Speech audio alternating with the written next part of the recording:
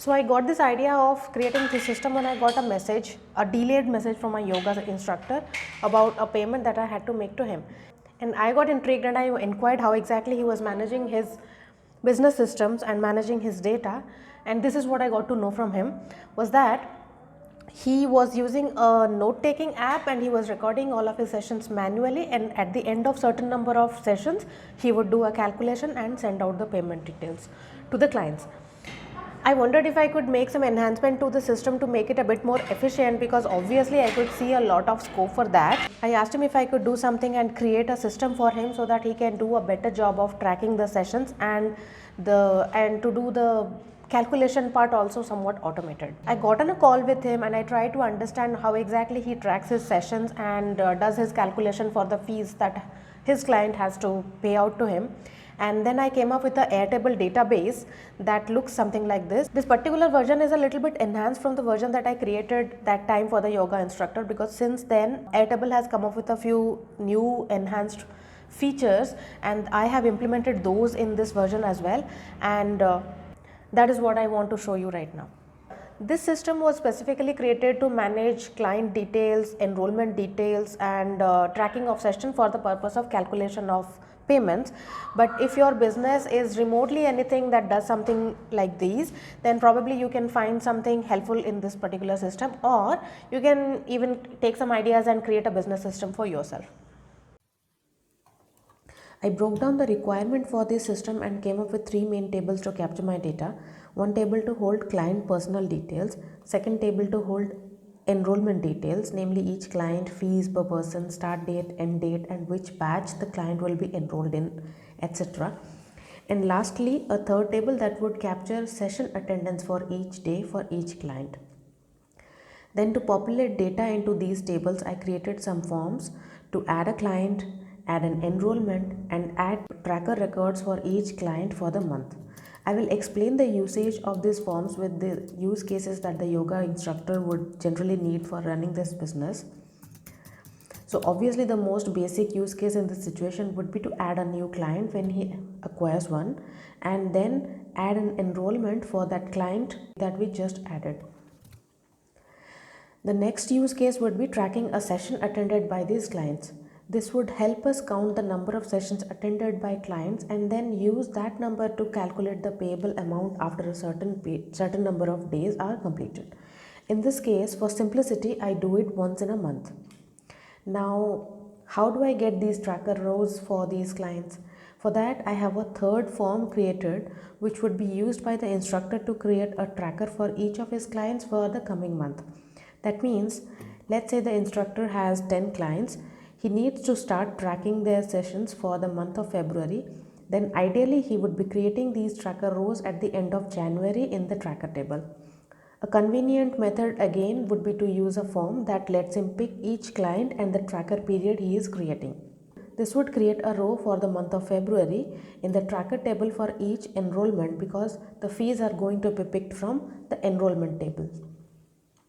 We will also be able to retrieve some of the client details here from the enrollment table, such as emails and name, because the enrollment table is linked to the client details table.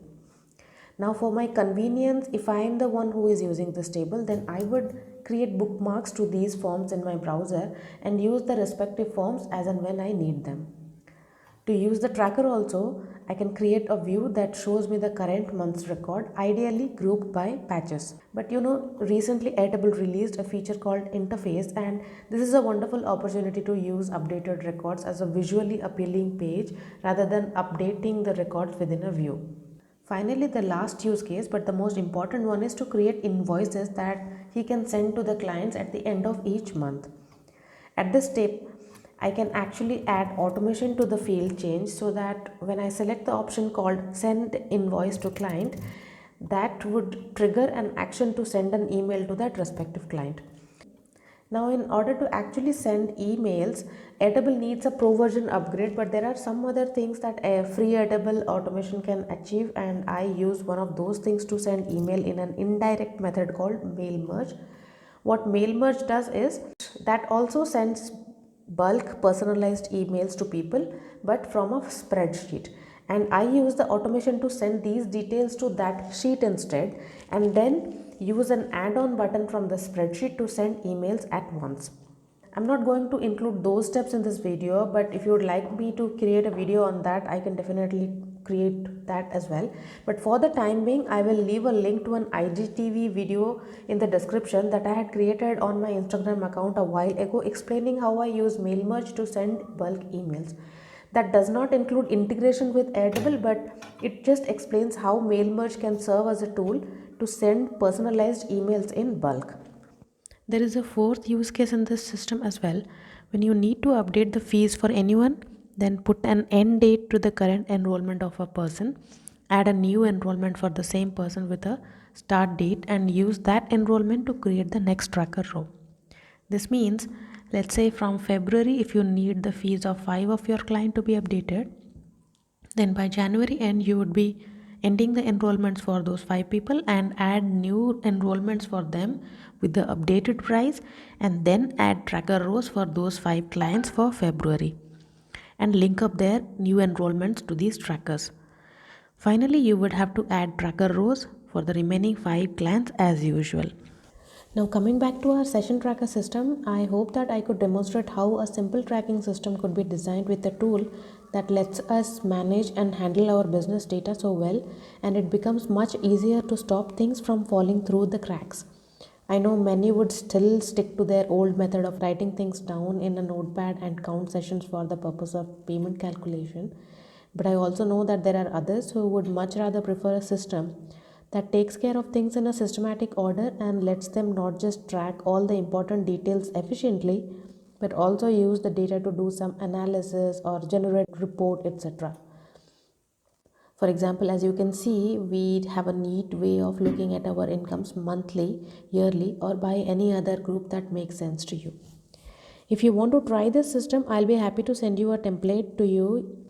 You'll be required to use the link to register yourself on the list. When you open the template, you will notice that there are 2 tracker tables. One is the tracker that I demonstrated in this video, and the second one was created in a very specific way that the sessions were to be counted towards payment for the yoga instructor in this picture. He usually counted sessions for those who attended session or missed, but discounted those who were sick or were on off. In general, the checkbox session tracker makes more sense for commonly tracked methods. Give this video a thumbs up if you liked it, or comment below and share your thoughts. I would love to read them all. Do subscribe so we could meet again in the next video I come up with. Till then, this was Snigdha here, signing off. Bye.